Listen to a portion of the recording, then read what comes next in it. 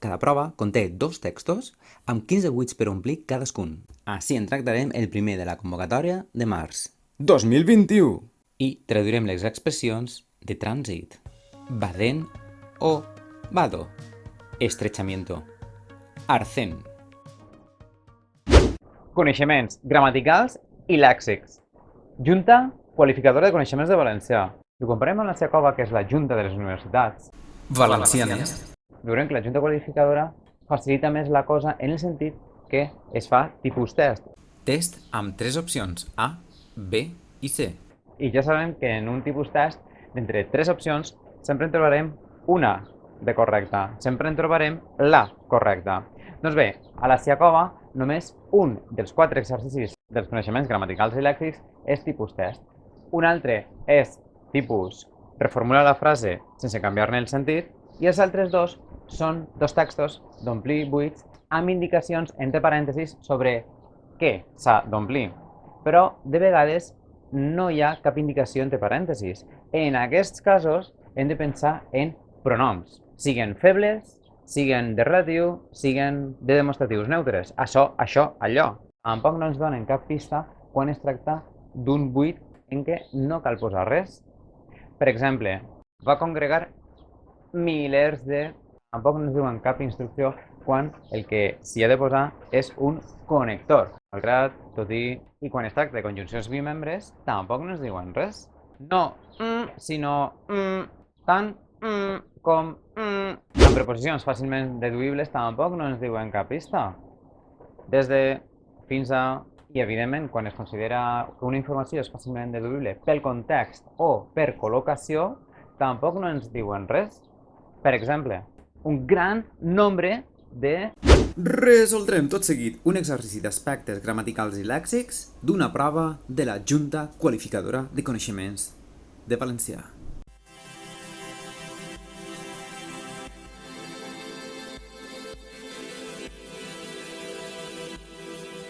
Bé, doncs aquest és l'aspecte que té l'àrea 2 d'estructures lingüístiques, que conté 2 exercicis, l'enumerat com a 2 i l'enumerat com a 3.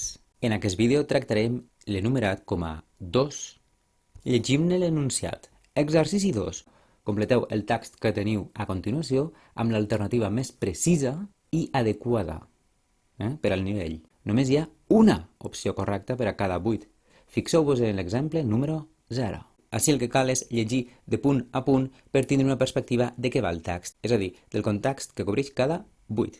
I tot seguit mirarem les opcions que presenta cada buit, fins al punt on hem llegit. Comencem. El títol del text és La tele de Mafalda. Gabriel García Márquez va... La felicitat que s'experimenta... Llegim Mafalda amb el terme de quinoteràpia, de manera que fa un joc de paraules amb el nom del seu autor. Quino, parèntesi, de detall. Les abreviatures dels noms de persona es construeixen a partir de la darrera o les darreres síl·labes del nom de persona, és a dir, de l'antropònim. D'Alexandre, Xandre. De Bonaventura, Tura. De Caterina, Nina. D'Eulàlia, Laia. De Francesc, Cesc. De Francesca, Cesca. De Gabriel, Biel. De Joaquim, Quim. De Josefina, Fina. De Josepa, Pepa. De Meritxell, Txell. De Narcís, Siset, l'avi Siset. De Nicolau, Colau. De Tedora, Dora. Quan analitzem cada buit, pot ser que ens ajude a determinar de quin tipus és l'errada. És a dir, podria ser de tipus ortogràfic, s'escriu amb G, amb J, TG, TJ... Podria ser sobre l'accentuació o la dièresi, podria ser sobre algun pronom, feble o de relatiu, sobre alguna conjunció, locució conjuntiva. S'escriu junta, separada, sobre precisió lèxica, és a dir, quin sinònim s'adiu més al context, sobre la forma d'algun connector, la selecció d'alguna preposició enfront d'una altra, sobre la tonicitat, és a dir, quina és la síl·laba tònica d'una paraula, sobre el guionet, la conjugació d'algun verb. En el cas de batejar, sembla que el que ens demanen és si la grafia correcta és J o TJ. L'opció B queda automàticament descartada perquè bategar sí que existeix, però té un significat diferent. El cor batega, pum pum, pum pum. Però batejar vol dir posar un nom, entre cometes un nom de pila baptismal, però que en aquest context és un bateig d'un nom comú, és a dir, no un nom de persona, i per tant s'escriu en minúscula, com és el terme felicitat. Avancem. Pel que fa al 8.6, descartem l'opció B, mentrestant, que equival a durant aquest temps, durant un espai de temps. Descartem també l'opció C, mentre que, perquè és una locució conjuntiva que contrasta idees, contraposa idees, confronta idees. I ens quedem, per tant, amb l'opció A, que s'adiu al context, mentre equival a durant el temps que. Així doncs, queda Gabriel García Márquez va batejar la felicitat que s'experimenta mentre llegim Mafalda amb el terme de, durant el temps que llegim Mafalda, amb el terme de quinoteràpia, de manera que fa un joc de paraules amb el nom del seu autor, Quino. Ara podem llegir fins als 2 punts. Moltes generacions s'han amb aquesta colla d'amics entranyables. El 8.7 és la forma impersonal d'un verb, en aquest cas, el participi del verb entretindre o entretenir. Si sabem que el participi del verb tindre és tingut, tots els derivats prefixats també acabaran en tingut, entre tingut, d'entretindre, entretingut, de contindre, contingut, de retindre, retingut, de detindre, detingut. Llegim ara fins al següent punt. Mafalda, Felipe, Susanita, Miguelito i Guille, el germanet menut de la protagonista. Bé, no hi ha cap buit. Continuem llegint, per tant, fins al següent punt. Les seues tires còmiques ens recorden que hi ha una manera més d'interpretar el món i que la perdem, ens fem grans. Bé, el 8.8 expressa el fet de veure clar, de tindre una visió clara del món. Per tant, el substantiu que seleccionem és clarivident. Veure clar. Així doncs, recordem que hi ha una manera més clarivident d'interpretar el món. I continuem, doncs. I que la perdem segons a mida que o en la mesura que ens fem grans. Opció A, descartada. Segons equival a conforme a. I normalment s'aplica a una llei. Segons la llei, conforme a la llei, perquè no expressa progressió. És a dir, segons equival a conforme a, però no expressa gradació, gradualitat, graus. L'opció C queda descartada, perquè estiguera bé en la hauria de ser a mesura que vol dir a proporció que, però en la mesura que no pot ser. Ens queda, per tant, només l'opció B, que és a mida que equival a mesura que és la versió més coneguda per expressar un fet progressiu, per expressar la progressió d'algun fet.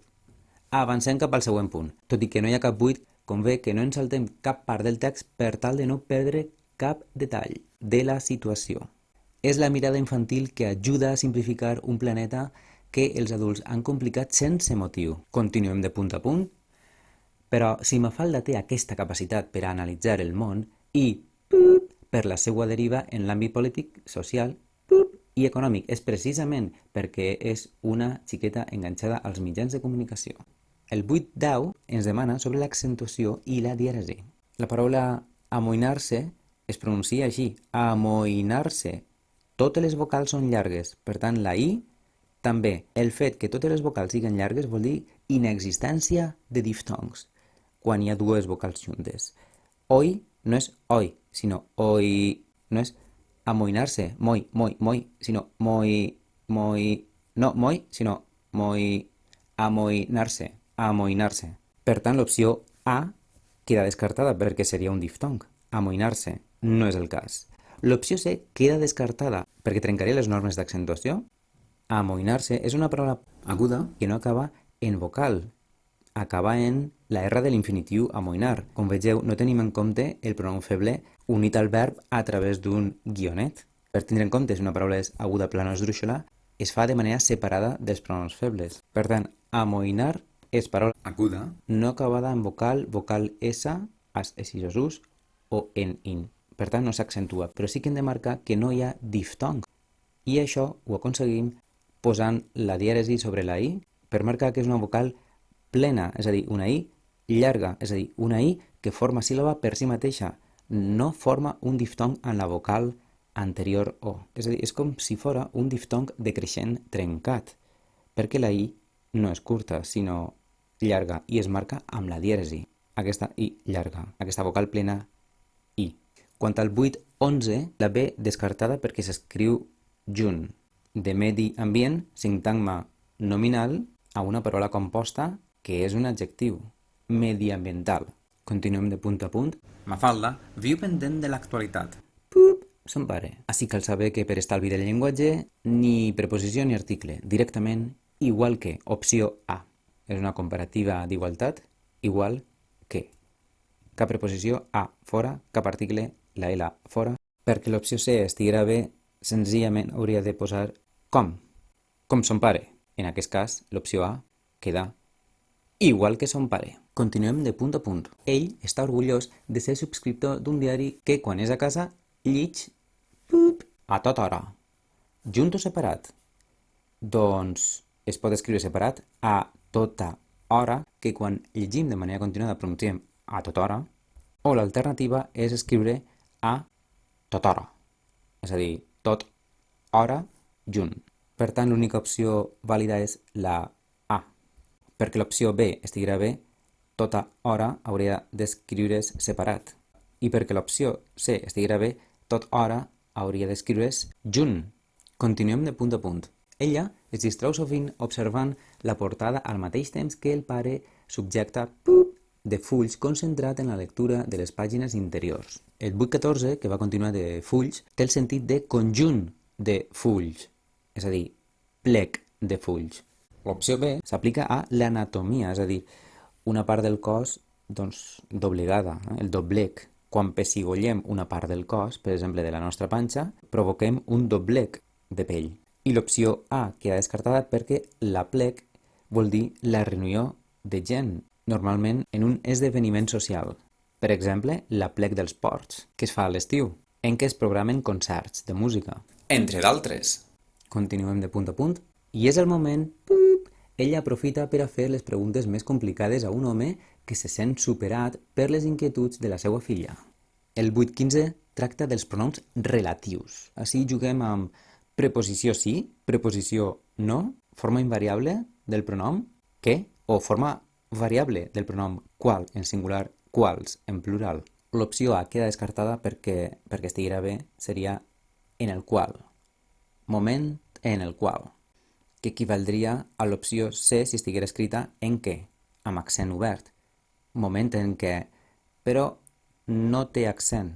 Per tant, l'opció C també queda descartada. Ens quedem, doncs, amb l'opció B. I és el moment que ella aprofita.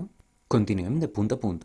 A Mafalda, els avions fets amb paper de diari no li volen i sospita que és pel pes fatídic de les històries que escrites. L'opció A descartada, perquè sobre el pronom feble en, ja que històries està explícit en el text.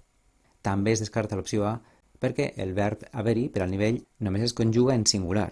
L'opció B també és incorrecta, però en aquest cas només perquè sobre el pronom feble en. Així doncs que l'opció C és la correcta. I A.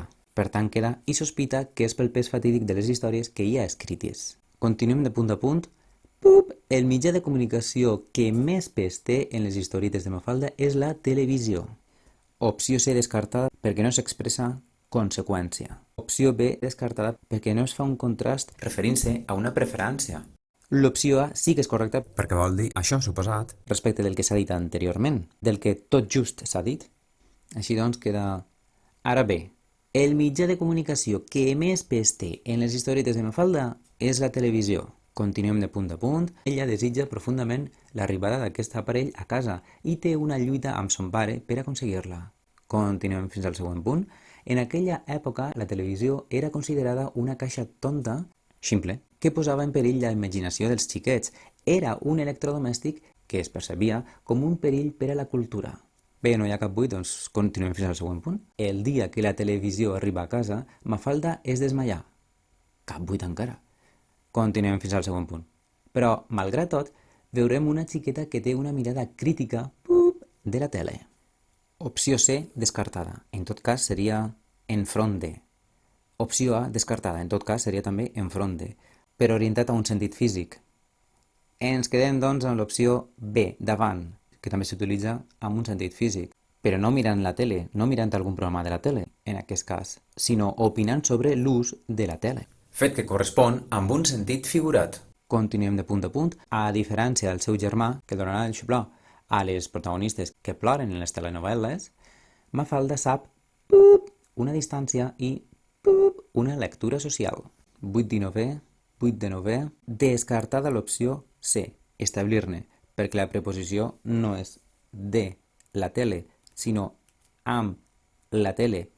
L'opció B també la descartem perquè s'obre el pronom feble en. Per tant, queda l'opció A, establir-hi, i igual a amb la tele. Mafalda sap establir una distància amb la tele. Mafalda sap establir-hi una distància. 8.20. A veure, sense la substitució pronominal seria i fer una lectura social de la tele. Per tant, la preposició de demana el pronom feble en com a complement del sintagma nominal lectura social de la tele. Així doncs, opció A descartada, perquè la preposició que tractem no és diferent de. Per tant, el pronom feble i, descartat. Fer-hi, descartat. L'opció B descartada perquè s'obre el pronom feble i l'opció C és la correcta, el pronom feble en, que adopta la forma ne en quarta columna, és a dir, en la posició després de verb acabat en consonant. Fer-ne. Per tant, queda i fer-ne una lectura social.